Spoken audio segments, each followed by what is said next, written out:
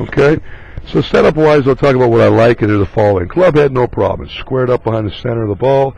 Club and ball in the middle of your stance, and for 7 irons, perfect. Feet were about the width of your own shoulders. Feet, hips, and shoulders, for the most part, are lined up kind of perpendicular alongside the leading edge of the club face, so you're squared to the target. But there is that tremendous squat and flex. And there were a couple swings where I looked from behind, I couldn't even see your hands because they're hidden between your knees. So the spine angle's good, but you have to have a little less of a squat, just a little break to the knees. So you're on the balls of your feet, and your arms hang down freely. You might find, when you kind of do that, when you kind of stand a little taller, you can actually move a little closer if you feel that you're disconnected a little bit. But in general, you got to be balanced and have space, right? So that would apply to every club in your bag. The only other thing I would suggest is sometimes that right arm of yours, as you can see, gets quite extended looking or rigid.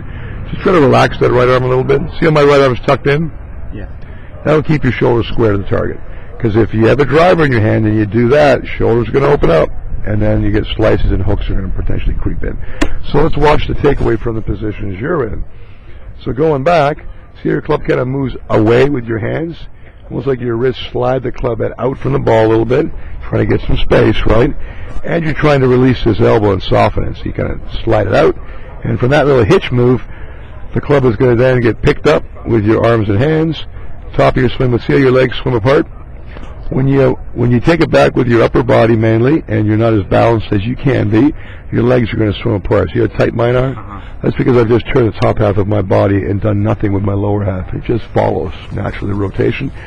So from here, the angle at the top is good, but you got to drop the club down with your arms, reflex your right knee, clear your left hip, sling the arms down and through, and you did that. But that's all timing, and if your timing's not where it needs to be, things can break down pretty quick. So at the end of the day, the less moving parts to your motion, the better. And that setup will make that a little easier for you, right?